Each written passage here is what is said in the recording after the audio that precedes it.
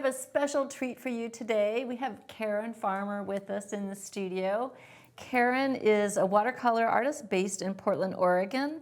Her passion for landscapes is reflected not only in her art, but also in her professional work as a landscape architect. Her paintings often feature vibrant scenes inspired by her travels and local surroundings, showcasing everything from serene mountains to lush gardens. She believes that art has the ability to inspire a connection to nature and aims to evoke emotions and spark imagination through her work. Whether through her brush or her designs, Karen invites viewers to explore and appreciate the beauty of the natural world. Karen, thanks for being here today. Thanks for having me. I'm so excited to be here. Yeah, we're so happy to have you. It's such an interesting complement, the architecture and the watercolors. Tell us about that a little bit. Well, I've always been artistic, and you know, my parents, I thought about going to art school, but my parents were like, you need to get a degree in something else. And so I started looking into other avenues that I could use this creative spark that I had. And my mom was a prolific gardener, and my dad is an urban planner. And so I found landscape architecture kind of by happenstance. But I love how watercolor painting and landscape architecture complement each other, just from, you know, understanding pattern, texture, focal points, all of these things that we use in design, we also use in a painting. So yeah. Absolutely. Yeah, it seems like natural to me. It's really, really cool. I think so too. And I've really enjoyed doing it, like both landscape architecture and watercolor. So now you are young, you have young kids. Yes, which is how I got into watercolor in the first place, is I needed a creative outlet for myself and something that I could pick up and put down. Like I always did acrylic painting, but it takes a little bit more prep and then cleanup and all of that. So watercolor was the perfect thing for me because I could do a layer, go change a diaper, come back. Like there was just, if someone needed me, I could be there easily. Whereas other things, it's a little bit trickier. So I just love that about watercolor, that it's easy to come back to. Oh, I agree. Yeah, and the portability factor too. Exactly. Yeah, that's great. Cool. Well, can you tell us a little bit about the demo that you're going to do for us today? Yes. So I am going to do a beach scene. We went to Maui over the winter. I always need to get some sunshine in the winter since it's so gray in Oregon. And so it's going to have a sunset, even though I think the picture might have been sunrise when I was out there. But there's a little artistic license that I took on this photo. But it's going to have a lot of wet on wet technique. There's going to be dry brushing. We're going to use some bleed proof white and make the waves show up a little bit more. And so I think it's going to be a really fun tutorial that is good for beginners and for, you know, people that have been doing it for a while. Oh, perfect. So, yeah, it sounds like it'll be really beautiful and informative. That's great. Yeah. Okay, cool. Well, we can't wait to get started and see what you do. Yeah. All right. So we're going to get started on this Hawaiian sunset, or maybe it's a sunrise. I think I kind of made up this sky just because I wanted something a little bit softer. The actual sunsets were really bright when I was out there, so I wanted something a little more pastel colored. So first thing we're going to do is wet the whole paper down. So you just make it all nice and evenly wet. And you don't want to have sopping spots where there's puddles, but you want it to be evenly wet. Okay, and then we're going to be using Payne's Blue Gray, which I have over here. We're going to be using and these are all Daniel Smith colors. Lamp black, which I don't have a good spot for it. I'm going to put it over here. And then I'm going to break out this other palette just so I have a clean spot to put some yellow. That's always the trickiest part of this, is keeping your yellows yellow and not green or blue, trying to keep it the right color. So I have a Daniel Smith lemon yellow.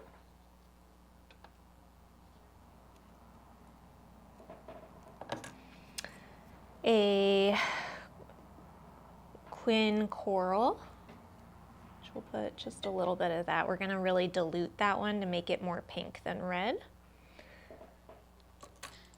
An Imperial Purple, which is a really fun color. So we'll do that over here. It's a granulating color, which means the pigments kind of clump together. And then this here is Play-Doh blue, which we'll put a little bit more of that Play-Doh blue in here. It is bright, but it lifts. Some blues are more of a staining blue, and we might want to lift a bit as we're working on this. So, all right, let's get going. Let's see, that water's has some stuff in it. There we go. So let's go ahead and wet this down one more time, just to make sure it's nice and evenly wet, because once it starts to dry, that's the time you want to kind of stop messing with your painting. Okay, so let's get started. I recommend having beside you a test piece of paper, and you're going to want some paper towels to dry your brush on. So start from light to dark. So I always like to start with my yellow first, because that's the one that tends to get dirty. So your water to paint ratio, I think, is the hardest thing to learn when you first start doing watercolor, because everyone has a tendency to use too much paint or too much water. So you mix it on your palette, and then you can test it on your test paper to see if it's the right consistency for what you're looking for. And then let's get our coral in there while we are wanting to. And if you want it to be a little bit orange, you can always mix a little bit of the yellow and the coral together. But I am just going to let it mix kind of on the paper, I think. I'm just sweeping it around. Woo! That will see what I mean about the paint and different levels of brightness. Okay, and then I want a little bit of this purple, a purpley pink, up in this area, and it's gonna get kind of vibrant. And I'm using an Arches cold press paper. It has a little bit more texture than a hot press paper, which I actually really like for some of these looser, less detailed paintings. It gives it a little bit more character, in my opinion, and just I enjoy that texture. And so I'm just gonna keep sweeping colors in here to get this to look a little bit like my original painting. And this Play-Doh blue is real bright, so I recommend maybe using some of the Payne's Gray to dial it back a bit. Be careful about mixing blue and yellow, because you will end up with green, which is not the look we're going for. So try to keep your colors a little bit separated, but they will blend just by the nature of the watercolor. I'm going to add a little bit more pink. Maybe I do kind of want a little orange. I'm gonna go in here and grab a bit of this yellow and sweep a little bit more of this pink in here, just because I like it. So you see what happened there? I kind of made brown because purple and yellow are complementary colors, and that is not the look I was really going for there. So I'll go through and kind of fix that up. All right, let's add some clouds and the water. So since the water is a reflection of what's happening in the sky, I'm just gonna put in a light bit of this pink and yellow again. So always rinse your brush between going from yellow to pink. You should probably start with yellow. I keep not taking my own advice, but you sweep the yellow in there. And this can be real loose because you're gonna get a lot of different colors.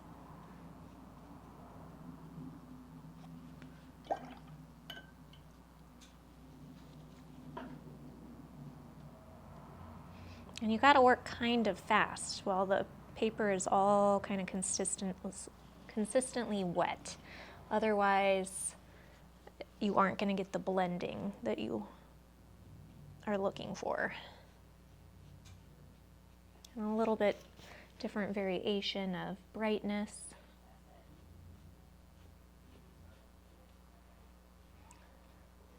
And then I like this pinky color for my sand too. So I'm gonna just do a very light wash, very, very light, almost hardly there, and maybe add a little bit of the purple. And then we're gonna work a little bit on our clouds. Well, this is all still wet, but it's drying a bit, so we're still gonna have to work pretty fast. This is just our first layer. That's the thing about watercolor. You gotta learn to like to work in layers.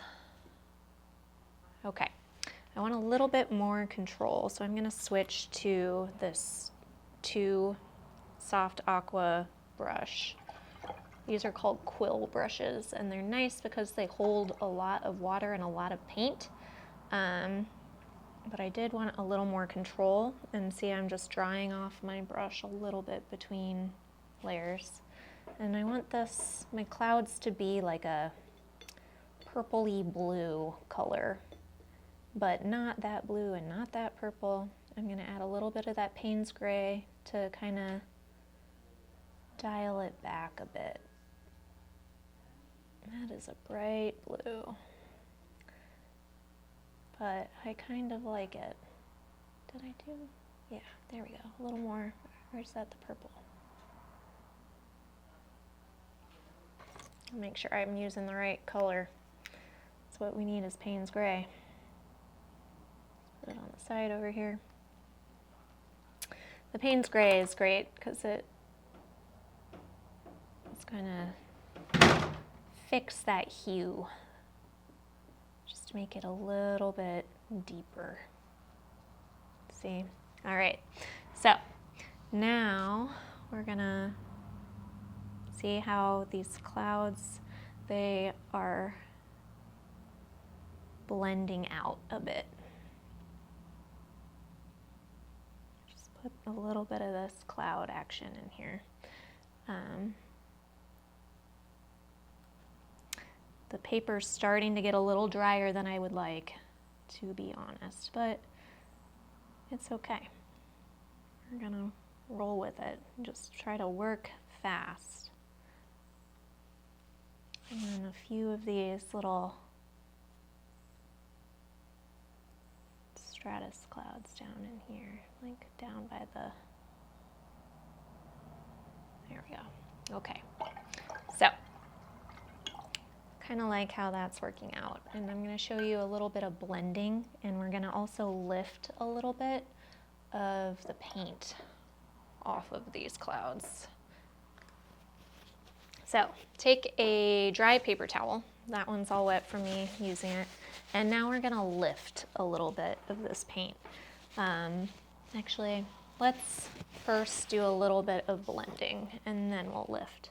So I like to go in and so it's not quite so rigid with these lines, and just blend and lift a little bit of the paint out. So you see how dry, fluffy brush, and do a little bit of blending to make these clouds feel a little bit wispier, a little less rigid. It's just like moving the pigment around. Okay, now that we did that, let's go in and do a little lifting to add a little bit of highlights. So look how well that lifts. Like it really kind of goes back to white. So we're going to do that, and then we're going to blend again. So kind of go in, and I'm not being too serious about my light source or anything, because the sun is going down behind our mountain. So these are all kind of silhouetted clouds anyway, but I guess the light source is kind of over here is the idea. So I'm trying to add a little bit of light and dimension to the bottoms of these clouds, and just try to make them look kind of natural. I didn't want it to look stormy. Sometimes watercolor does what it's going to do, and you end up with storm clouds when you didn't want to, but that's the beauty of it. So, all right, we got a little bit of light highlights, and then so that isn't quite so abrupt, I like to blend it again with my dry fluffy brush. So that way you still have the texture, but it's not quite as intense of a texture.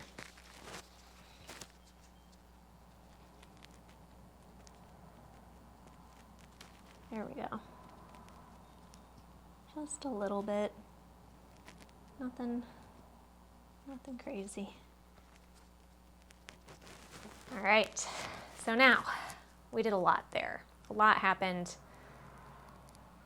and I would not add any more paint at this point. It's wet, but it's not wet enough to control or to blend anymore. If we put any more paint on it, we'll end up overworking the painting, and that is not what we want to do. If you wanted to do anything, you could do a little more blending, but I don't know if it needs it. Like, I kind of like how these clouds have kind of gone a little wispy, and the different colors that we have are a lot of fun. So let's dry what we have here. So this is a craft drying tool. I love it. It really speeds up the watercolor process, so that way you can, keep going and do your next layer as you want to. So I say that, and then I start lifting more paint. But let's go ahead and dry it.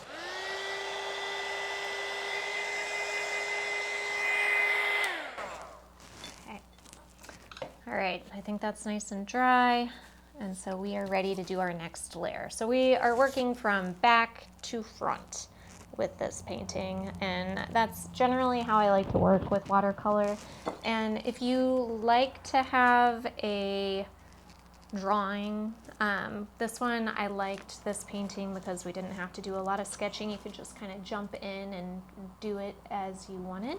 But if you are a person who likes to have a little something to go off of, you could always use like a watercolor pencil like this to create a horizon line, and you can use a straight edge to create that horizon line. I'm gonna just use my brush because I have it right here, and just drag it across. And so since it's a watercolor pencil, water will actually dissolve this. So we'll be able to break this down, so you won't be able to see this at all. And then, I actually kind of like the idea of having a little less water. I don't know. We'll see how this turns out now. I am going to just roll with it. So let's get our brush. I'm going to use that same size 2 Raphael, and I want to create this back area now, this faraway mountain. And so to create that, you use we're going to use some of the blue and the purple, and you can see that the purple is a granulating type of watercolor, so that's what's giving you this interesting texture and variation in the color back here. But we want it to be kind of light. We don't want it to be as super vibrant because it's in the background, and with atmospheric perspective, it really, things look that are further away look lighter. So let's try to make that happen. And again, I'd get out something to test your paint. So I'm kind of liking this purpley, and you don't have to make it all consistent one color. You can kind of drop color in as you're going if you want. I think I made my horizon line too high on here, so I'm gonna just draw right over it, which it's watercolor pencil, so it'll dissolve. It's no big deal.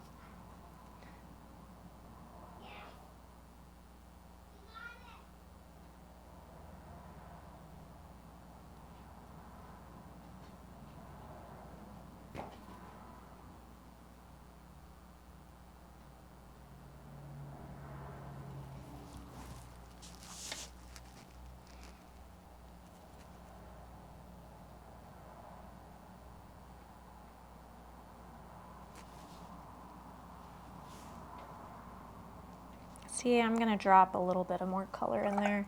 I know I said to not make it too bright, but that's okay.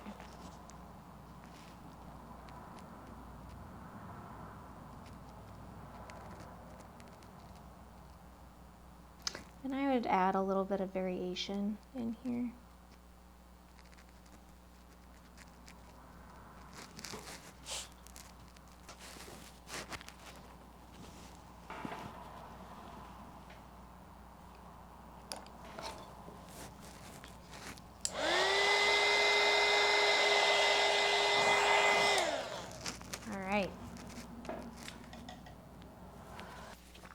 Okay, let's keep going.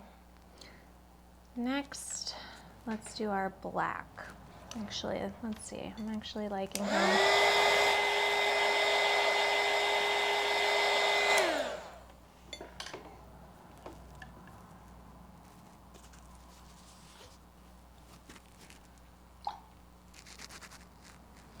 so I'm going to use this lamp black.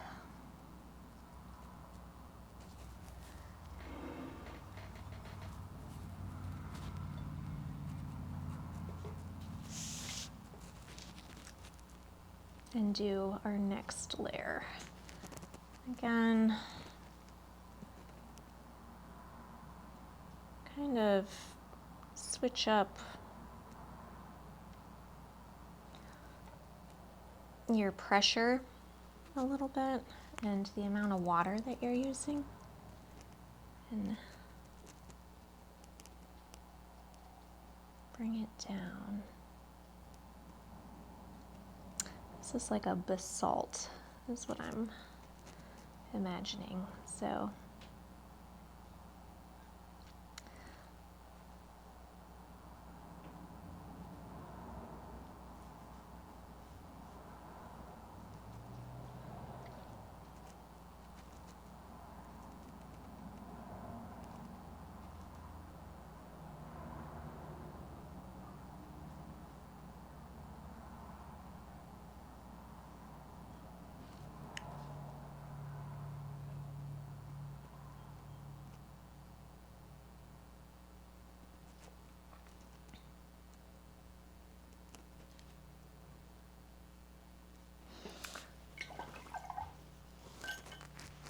if I want to add a little bit of texture, I like to drop in some water while it's wet.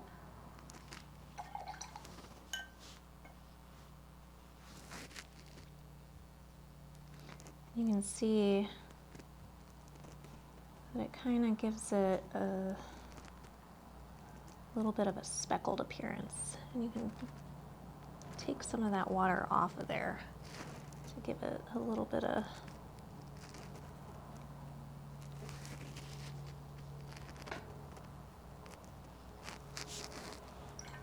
a little bit more interest.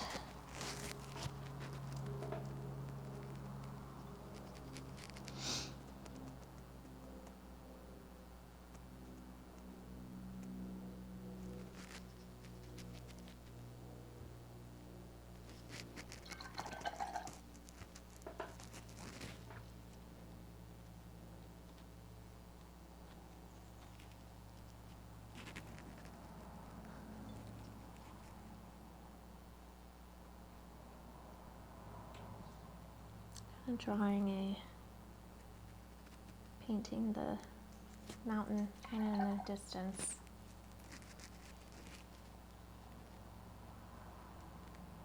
So we want it to be a little bit lighter than this other mountain, so I'm just going to lift the paint right out.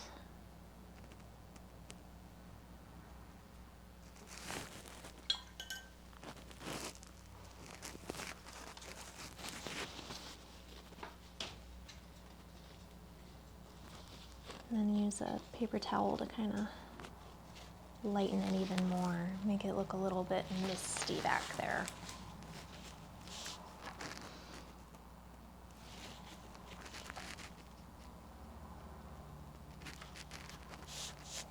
Okay, so while this is still kind of wet, what I want to do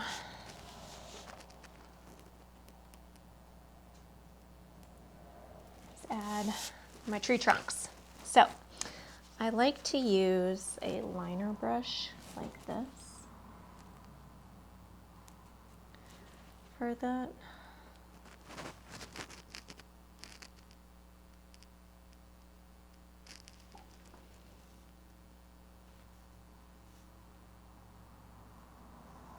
So it gives me that nice skinny line.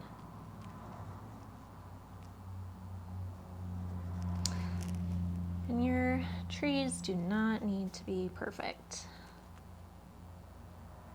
It's better if they aren't. If they're too perfect, they look less real. Like you've never seen a perfectly symmetrical tree, I'm sure. So, you see this, how this is drying with these fun speckles? That should happen on these other sides too. And I'm kind of annoyed with my tiny mountain not having a straight line back here, but you know, it's okay. It doesn't have to. I'm gonna kind of blend it out.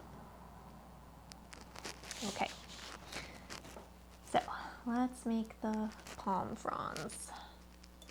So these palm trees, we're assuming, are kind of in the distance. So we're gonna come in and make them a little chunky.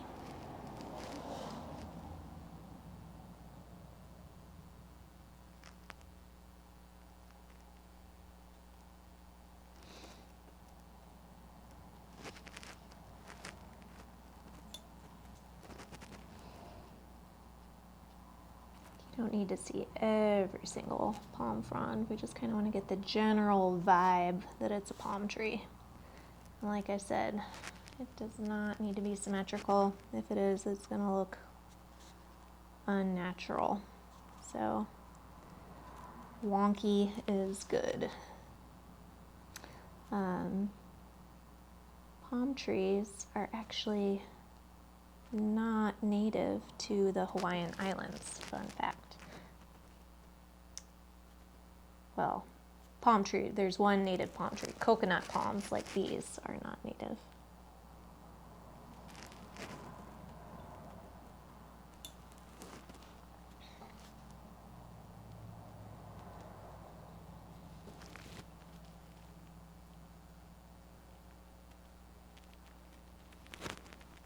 Draw a couple coconuts if you want.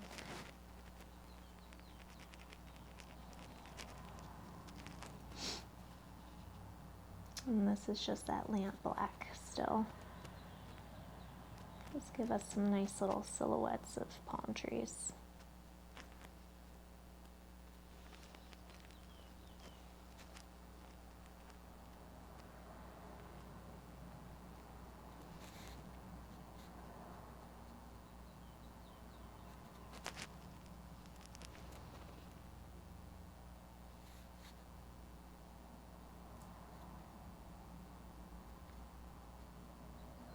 can always go over it again if you didn't quite get the intensity that you wanted. It'll give it a little bit more of a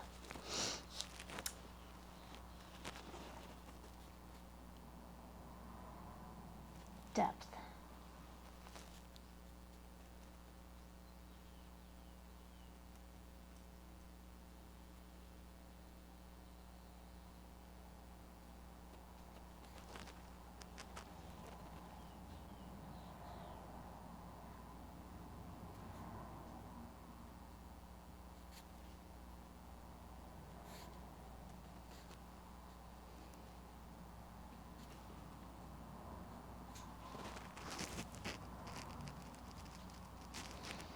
It's always good to vary the heights of these things too.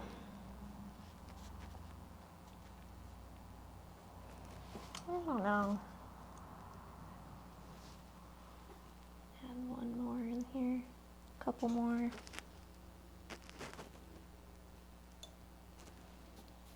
Okay. Find it so soothing to paint trees.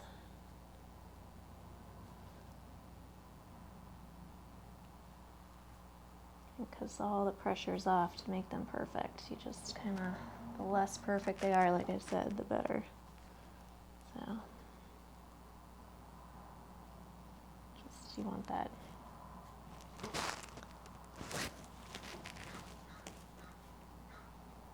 vibe of a palm tree.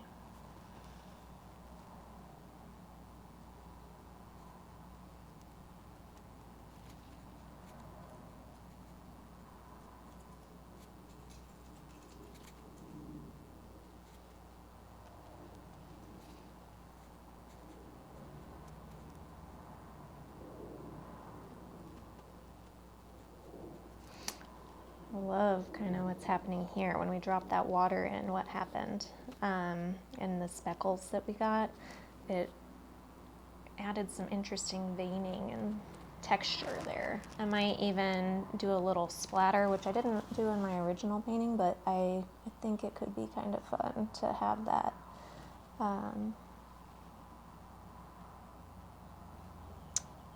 Okay, so these are kind of windswept. All right, so we are done with our palm trees, our background, our sky. Let's go ahead and get started on our water. Now, I noticed something. It's good to have things cross over. It just makes it look a little more natural. So I'm gonna have a little bit of overlap with my trees. There we go. It's already looking better.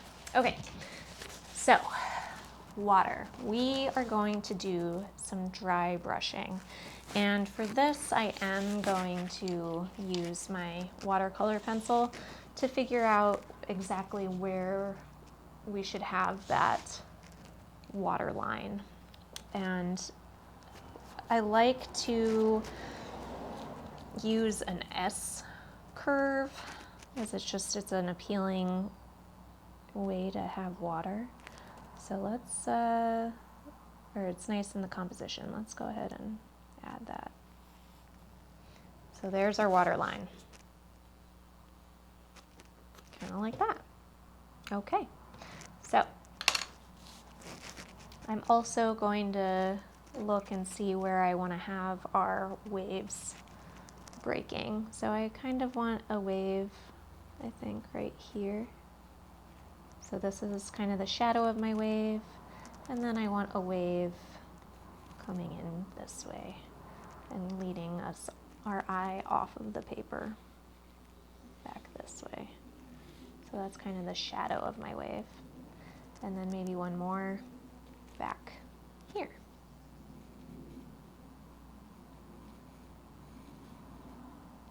Okay, so let's do a little dry brushing, which means we have our underpainting all right here. This is our highlight.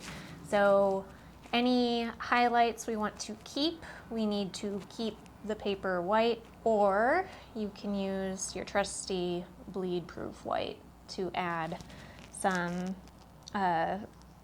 tops of the waves, the white caps on the waves and the foam on the beach, all of that. So we're gonna end up doing that so that way we can kind of let loose a little bit more instead of using like a masking fluid, which we would have needed to use at the beginning of this. So I'm going to use probably, let's see, yeah, a number 2 round would be good, or I like to use a script liner number 2 for this kind of work. You want to vary the sizes and shapes of your dry brushing, but you also want to make sure that you keep it horizontal. So you don't want to go vertical because that's going to make your whole water look like it's going up and down. And so keep a horizontal stroke, but vary it. So I'll probably end up using both of these brushes to do that. I'm going to start with the liner because as you get further away, the lines will be smaller, and then as you get closer, it'll become more defined. So let's go ahead and mix up some blue that we like. So check this out. This Play-Doh blue is so blue. I don't think that's the move. So we're going to mix it. We're going to dilute it a bit to get it a lot lighter. So that's still too bright. So I am going to add a little bit of that Payne's Gray in there.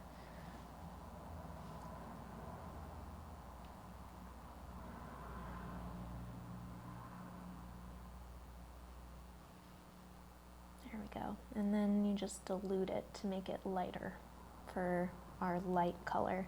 And we're going to want a light, a medium, and a dark hue to give that depth to our painting. So a lot of times I start light and then I work back to dark. This one feels a little dark still, so I'm going to keep diluting my paint. And you just see how watery everything is. Like it's hardly there. Okay, all right, so it's kind of a nice light color. All right, let's go ahead and start adding it. So I'm gonna try to make this feel maybe a little bit more like a shadow back here and crisp up this horizon line a bit.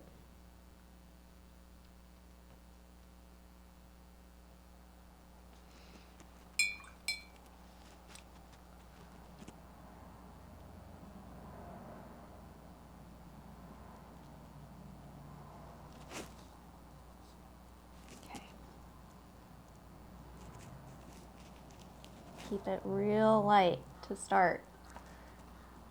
I think everyone, including me, has a tendency to want to just go big, but keep it light. You can always go darker.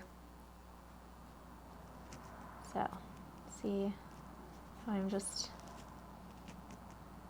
taking my brush and going back and forth to give myself that texture of the water. But it's very light, and I wait until my brush is kind of dragging on the paper to give it that dry brush effect. Like that.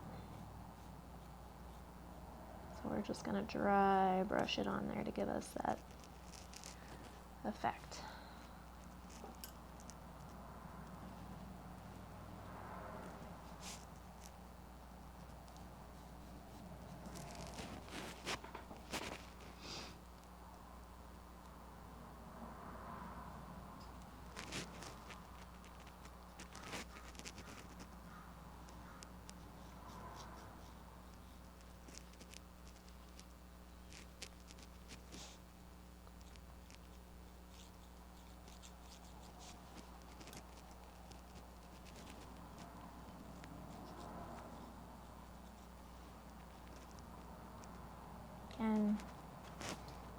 using your test paper to see how blue your paint is.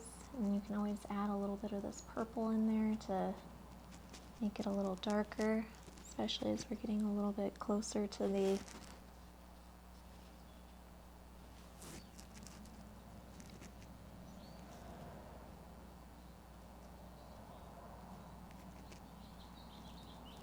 see, I'm going right over where I put my waves and that's totally fine.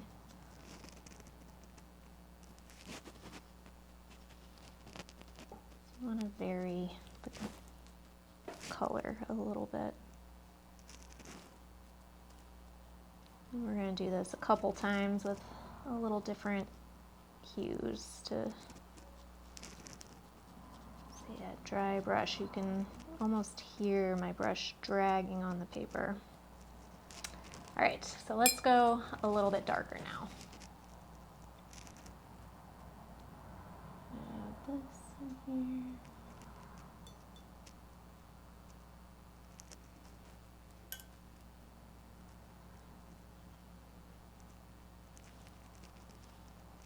Okay.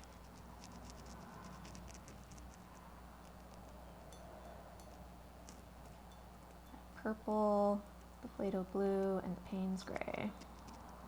That's all I'm mixing to get the color I want. And I almost want, for right now, like a navy type color is what I'm trying to accomplish. Like that. I'm kind of happy with this. You can see, like, I don't need a lot of paint. I'm just using what's on the side of my palette right here. And there's my little navy color that I wanted. So this is where I'm going to start to define my waves. So I wanted a wave kind of coming out here like this. And so there's going to be a shadow underneath that white cap. And don't make your lines too perfect, because that's going to make it look less realistic. So kind of wobble your lines around, use a little bit of water to soften and make that wave look like it's actually coming out of the water and not on top of it. And then add a little bit of the medium color underneath while it's wet to give it a little bit of depth. And we're going to do it again over here. It's just a little different than the original, and I'm just kind of rolling with it. We are all our own worst critic, so. Yes. So again, I'm using that navy color to kind of come in here like this.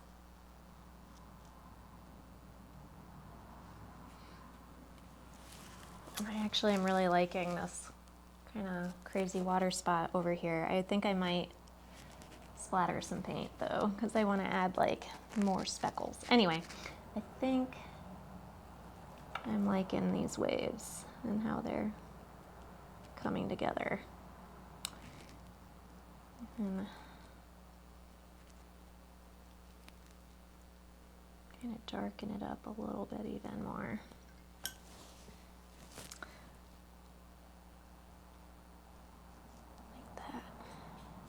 There we go. And then we're gonna do a little bit more of this dry brushing in here. It takes a little bit of time and patience, and I think one of the hardest things is knowing when to stop. I have a tendency to overwork my paintings, and knowing when to stop with watercolor is one of the hardest things, because you can't cover it up. Once you've done a layer, like a darker layer, like there's no going back. So I'm gonna go just a little bit more to give us a little more variation, but I am gonna try to cut myself off at some point with this dry brushing, and we can always go in and add more depth, like a don't be scared to play with it a little bit or make mistakes. I mean, honestly, watercolor is great for that. You can just, it's only a piece of paper, and we can just try to have fun with it.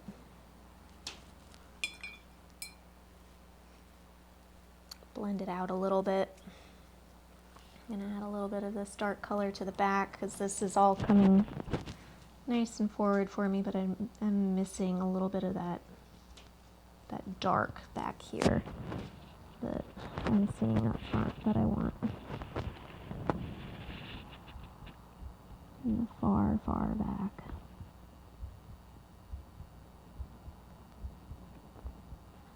There we go.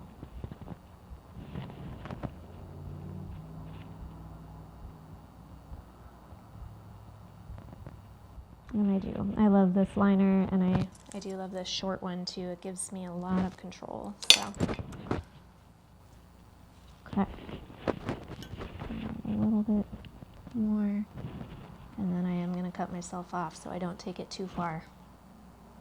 I do wanna like vary this a little bit more in here. Just darken it up, I think.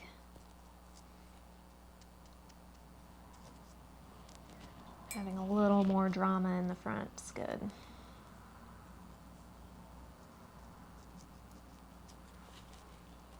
And I'm going to switch to this one because I want to blend this out a little bit, make it a little more blue.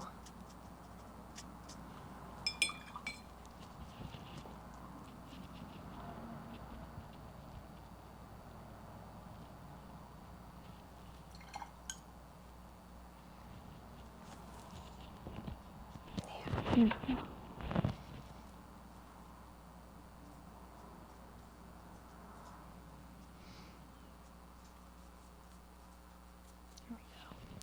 All right, so once you're happy with how your waves are looking, what's really going to make them pop is the difference between the light and the dark of our white, bleed-proof white.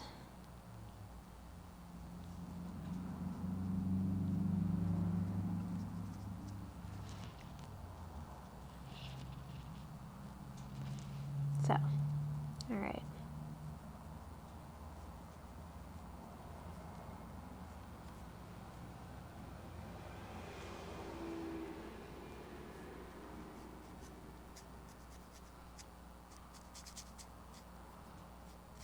Okay.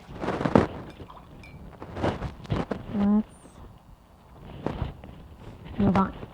I feel like that's some nice ocean water that I would not mind taking a dip in.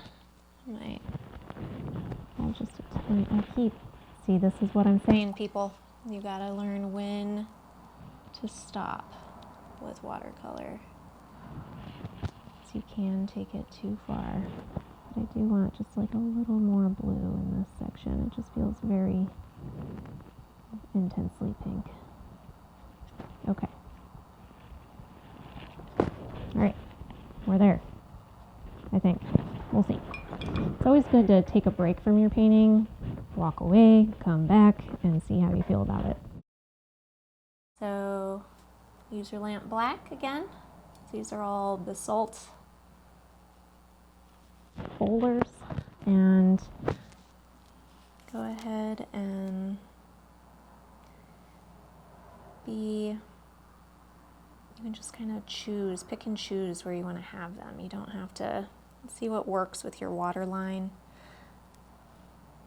I like to group them in kind of groups of 3 to 5 different shapes, sizes, heights.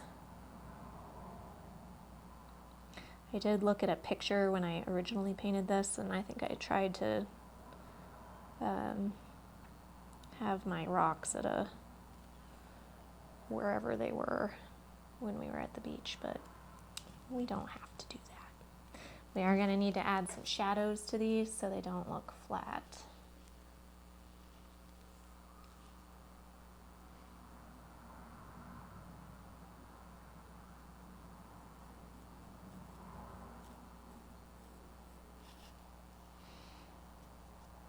And they can just be silhouettes. We don't need to spend a lot of time trying to make them look three-dimensional. This is just a nice, quick beach painting.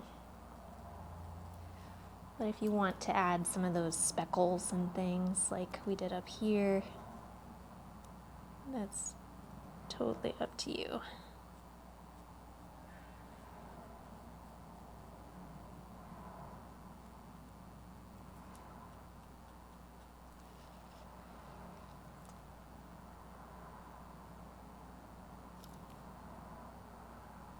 Okay.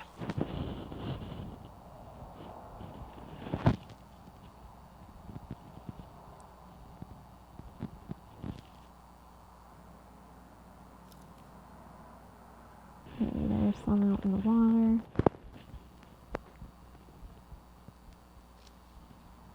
Now, let's dry them. And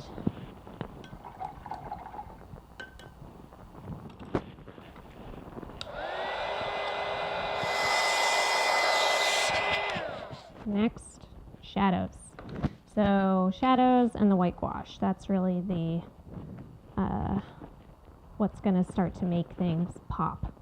So let's add our shadow to the water first. And for this, I kind of like, oh, before we even do that, I think I want to pump up our color on our sand. Right now it's a very pale, pale purple, but I think I would like to see a little bit more of that pink in there. So what we're going to do is, this is called glazing. And you don't have to do this step. It's if you're feeling a little bit like you just want a little bit more intense color. And you can actually go in and do this to your water too. If you want to see say you want to see a little more pink in parts of your water, you can go ahead and do that too. I'm going to keep it real light still. And then we're going to dry it again, and then we'll do our shadow. Okay, so I got my pink, and check this out. I'm going to add a little more pink and a little more yellow. Just pump it up a little bit. Not a lot. You don't want to have it jump too much, but if you want to just add a little bit more drama. Woo, see, like that? Too bright. I'm gonna drag it out. But it is nice to have it in the foreground like that. A little more pink. I like the pink maybe in here a little more. There we go. And that is what we call glazing, going over the top with a color. If you do it too much, it can start to make things muddy, which is not what we want. I just wanted a little bit more.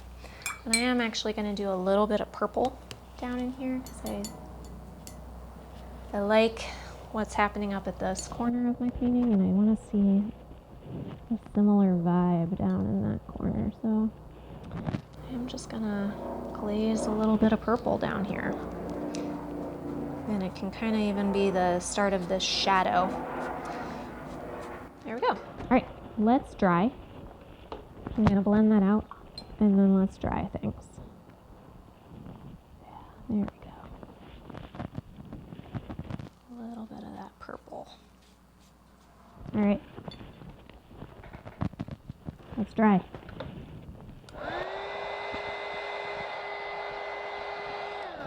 All right, let's do a shadow.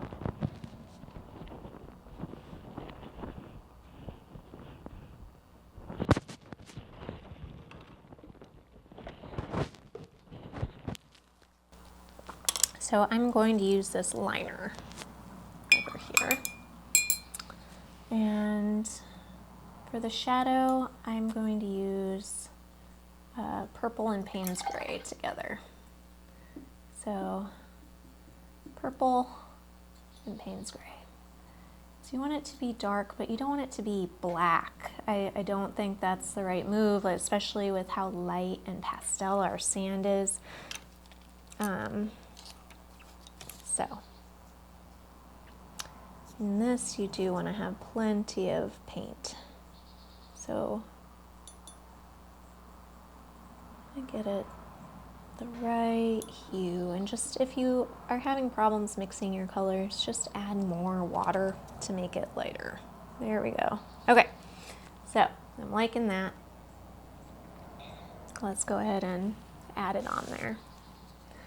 So I'm just gonna trace basically our line that we had with our watercolor pencil. Just kind of cover it up. And this, again, will look better if you kind of make it wobbly, because the ocean isn't a straight line. See, I kind of made it straight there. It makes it feel less realistic than if you wobble and change your stroke a bit.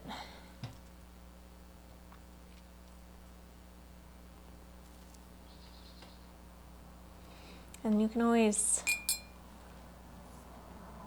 blend it out too, to make it vary a little bit more. Let's see.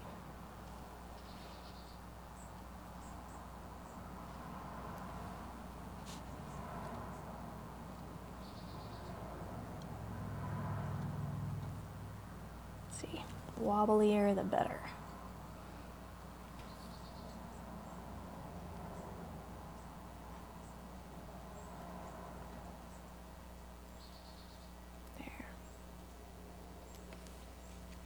Okay. All right, so now that we have that in there, let's go ahead and make shadows on our rocks. And then we're gonna do our white, bleed-proof white. And then I think we'll be done, unless I decide to do some splatter here, which I'm still on the fence about. It might happen. I kind of like the idea. So let's see.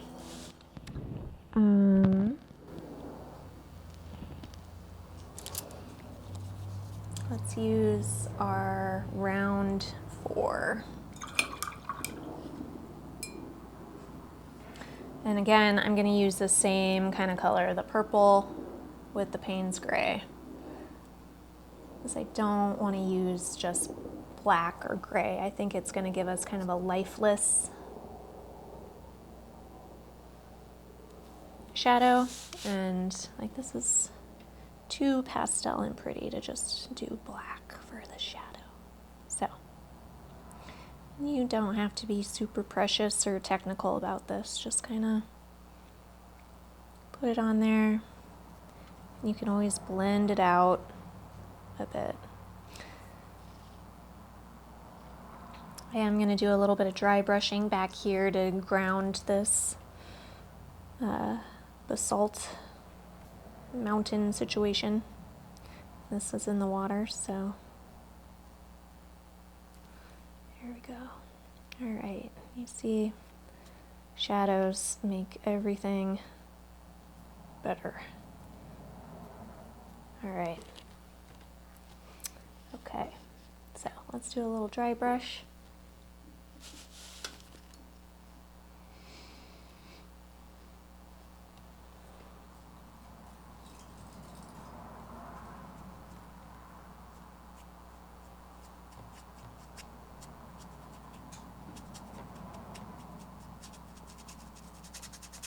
Can even dry brush all the way down just to.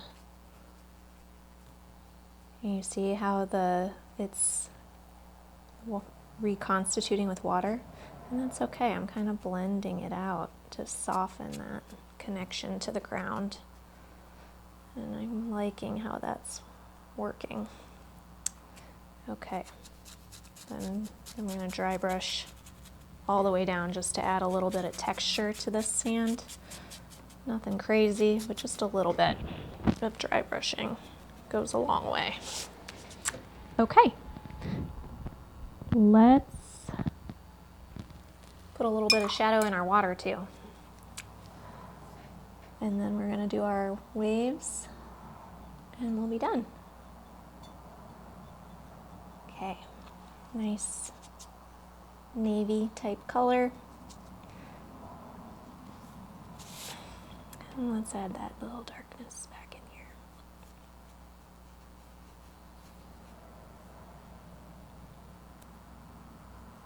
Here. Blend it out.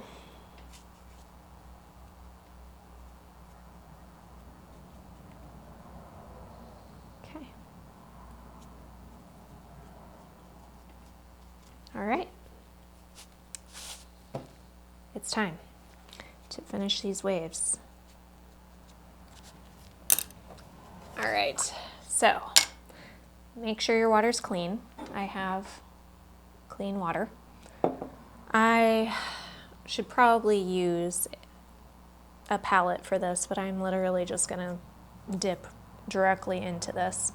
And it's nice to use a brush that is well loved, something like this. I don't even know what size it is. It's peeling, it's a hot mess. Like, look at this thing, it's all frayed. I love a sad brush like this for texture.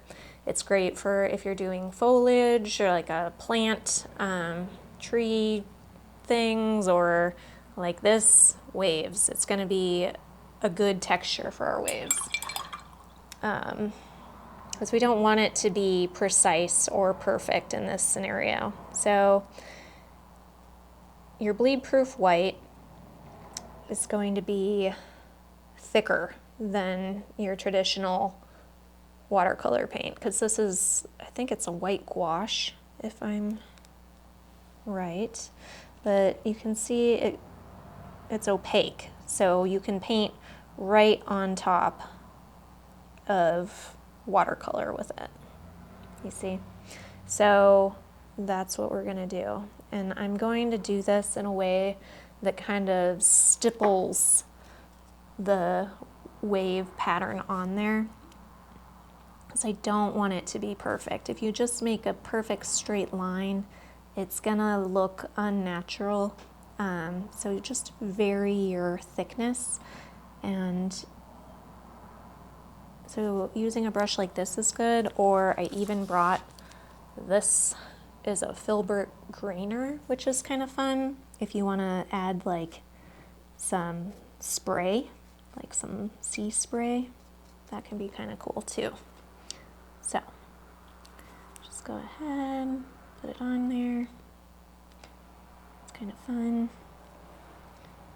And don't be too precious with it. I mean, I feel like that's really the name of the game with watercolors. Just let it do its thing.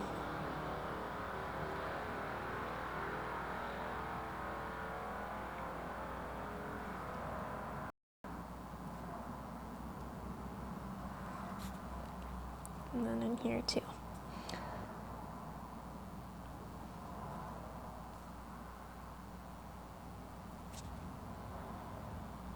I might even put it on there at that one and then kind of maybe switch to this one just to show you the different kinds of textures you can get. Do rinse your brush really good, because this is thicker than a watercolor paint, so it will get caught in your bristles. Okay. So see, like I can move your brush in different directions to get a little bit of variation. Like, it's really kind of fun to play with different techniques and brushes, especially when you want it to be inconsistent. So feel free to break out tools you haven't used before.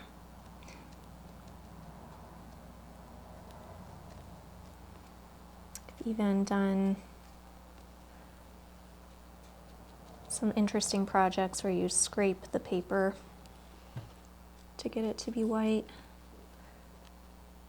or you use like a credit card to get a texture on a rock, like an old credit card or library card or something. Like there's just so many different ways to create unique, interesting textures. And that's what makes the painting interesting. See, like I'm kind of squishing it down to give it that salt spray or that wave spray look, like that. And then we're going to do the same thing along this shadow. And then we'll go in and we'll kind of darken up our shadow in spots if we think that it needs it. So, yeah, I'm almost done. I'm just putting in the white gouache now, and then I'm going to darken up any shadows, and then it's done. So.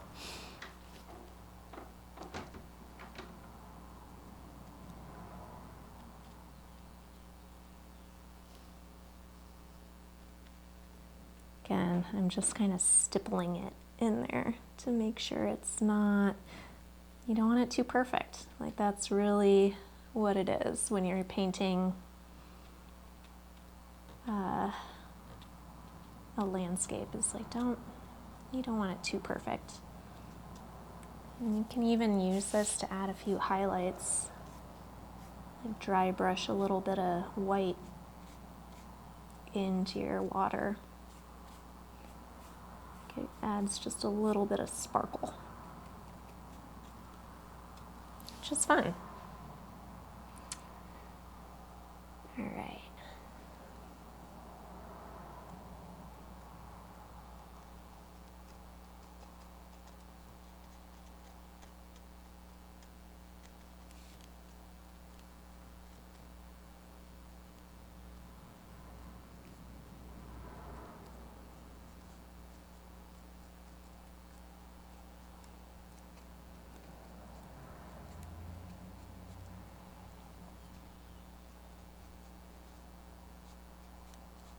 Even cover up my spot there in the back where I didn't like my mountain. See? A little bit of problem solving with the white. Who said you can't cover up watercolor? There we go.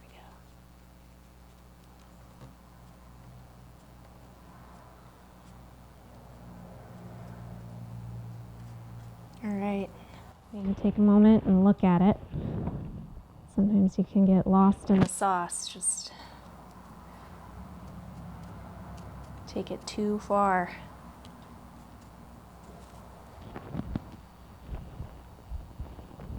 Okay. All right. Look at that, this crazy brush. It's great for doing like grains on wood also, or bark. Like, look at that, all this unevenness. It's just so wild, but it's great for this kind of application. I am gonna add just a tiny bit more white highlights where I want it to be a little bit more intense. Build on my color just a little bit. And then we're going to go back in and add the tiniest bit of shadow. And I'm still deciding on that. What do we think? Should I splatter paint? Is that too crazy? I think I might do it. Like, add a little bit more texture. It's just fun. So let's do it. Okay. Anywhere you want to darken up your shadow, now's your moment. Getting my purple, my Payne's gray, and my blue.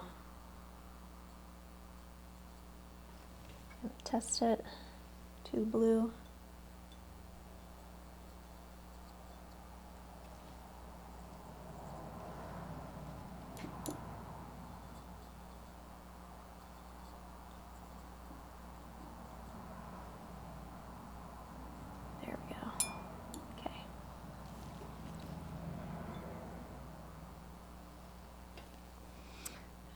darken up a little bit. Not all the way around, but you see how you can kind of add a little bit more in and out texture to that water. And I would do it even just adds a little bit more depth.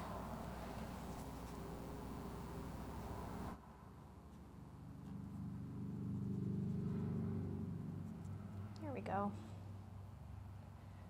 I'm gonna do it right in here a little bit too.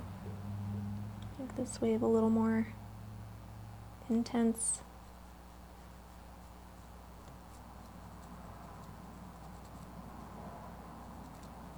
Blend it out.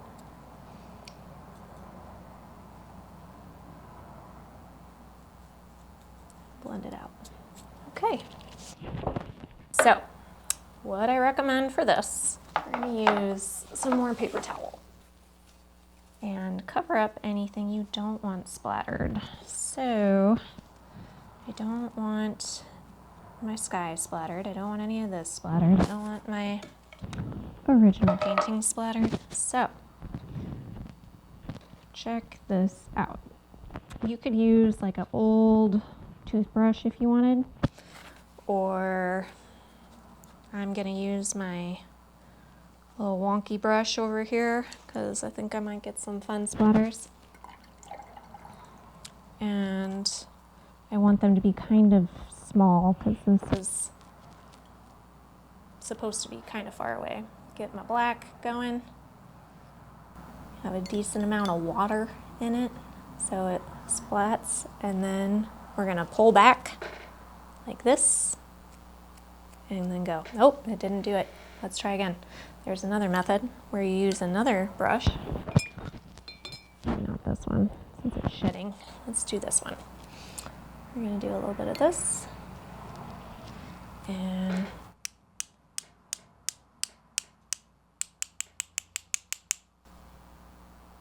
get that watery paint on there.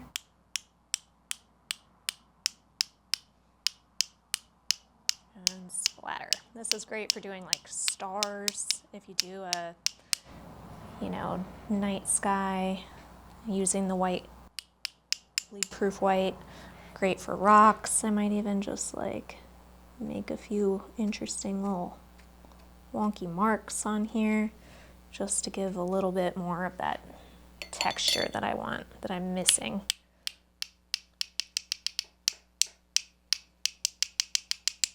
All right, let's do the big reveal. I think I did it enough.